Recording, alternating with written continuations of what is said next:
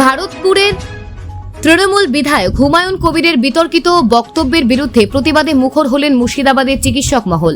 বৃহস্পতিবার বহরমপুরে জেলা প্রশাসনিক ভবনের সামনে এসে জমায়েত হন Indian medical association IMA Baharampur শাখার সদস্যরা, যার নেতৃত্বে ছিলেন সংগঠনের সম্পাদক রঞ্জন ভট্টাচার্য। তাদের দাবি, বিধায়ক হুমায়ুন কবির সম্প্রতি এক বিতর্কিত বক্তব্যে চিকিৎসকদের হুমকি দেন, যা চিকিৎসক মহলের জন্য অত্যন্ত উদ্বেগজনক। সেই ঘটনার তীব্র নিন্দা জানিয়ে এদিন IMA প্রতিনিধিরা মুর্শিদাবাদ জেলাশাসক পুলিশ সুপার CMOH এবং মুর্শিদাবাদ জেলা কলেজের অধ্যক্ষের কাছে ডেপুটেশন জমা দেন। রঞ্জন ভট্টাচার্য বলেন, চিকিৎসকরা যদি কোনোভাবে আক্রান্ত হন তার সম্পূর্ণ দায়ভার নিতে হবে হুমায়ুন কবিরকেই। আমরা শুধুমাত্র আমাদের নিরাপত্তা দাবি করছি এবং এই ধরনের হুমকির বিরুদ্ধে কঠোর পদক্ষেপ দাবি জানাচ্ছি। তিনি আরও জানান, চিকিৎসকদের ওপর এই ধরনের হুমকি শুধু চিকিৎসক সমাজেরই নয়, গোটা সমাজের উপরেই প্রভাব ফেলতে পারে। এদিন IMA সদস্যরা একযোগে তাদের অসন্তোষ প্রকাশ করেন এবং ভবিষ্যতে যদি চিকিৎসকদের নিরাপত্তা নিয়ে কোনো সমস্যা দেখা দেয় তবে এর দায়িত্ব সংশ্লিষ্ট কর্তৃপক্ষকে নিতে হবে বলে স্পষ্ট জানিয়ে দেন। এই প্রতিবাদে সামিল হয়েছেন রাজ্যের অন্যান্য চিকিৎসকরাও, যারা বিষয়টির প্রতি গুরুত্ব দিয়ে শীঘ্রই ব্যবস্থা গ্রহণের দাবি জানাচ্ছেন। Bureau report, news prime Times. হয়েছি আমাদের ভরতপুরের যে বিধায়ক যে একটা জঘন্য উস্কানিমূলক স্টেটমেন্ট দিয়েছেন, তার এগেনস্টে আমরা আমাদের জুনিয়র ডাক্তারদের যে আন্দোলন তার সঙ্গে সহমত এবং আমরা অবশ্যই তার পাশে আছি।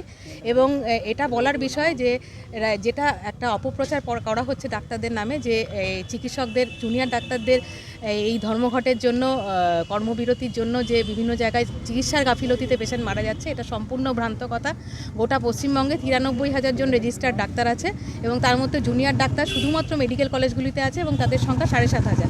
এবং যেখানে জুনিয়র ডাক্তাররা কর্মবিরতিতে আছে সেখানে সিনিয়র আমরা সবাই এক্সট্রা টাইম কাজ করছি এবং সমস্ত পেশেন্টের যথাসম্ভব পরিষেবা দেওয়ার চেষ্টা করছি।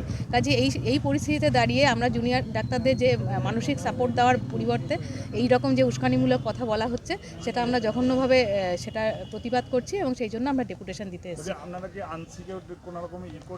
হ্যাঁ, এইরকম উস্কানিমূলক কথা হলে তো হসপিটালে আমরা আনসিকিউর ফিল করতেই পারি। হসপিটাল আমাদের সময় যেখানে নিরাপত্তার দাবিতেই হয়েছে, আজ এত একটা জঘন্য ঘটনা ঘটে গেছে, তো সেখানে যে কোনো মুহূর্তে এই উস্কানি যিনি দিয়ে থাকেন, যিনি একজন বিধায়ক, তাহলে যে কোনো মুহূর্তে যে কোনো জায়গা থেকে আমাদের সিকিউরিটির অভাব হতেই পারে, যে কোনো সময় কোনো মব অ্যাটাক বা কিছু হতেই পারে, সেটা আমরা অবশ্যই আনসিকিউর ফিল করছি।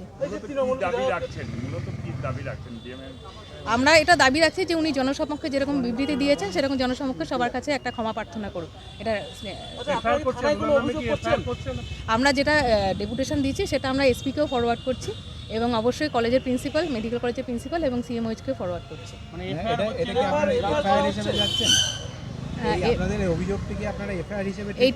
এই মুহূর্তে আমরা আগে ডেপুটেশন দিয়ে নিই, তারপরে ফাইনালি কি ডিসিশন দেবো, কি কথা হলো সেটা অনুযায়ী FIR করা হবে কি হবে না সেটা আমরা ডিসাইড করব।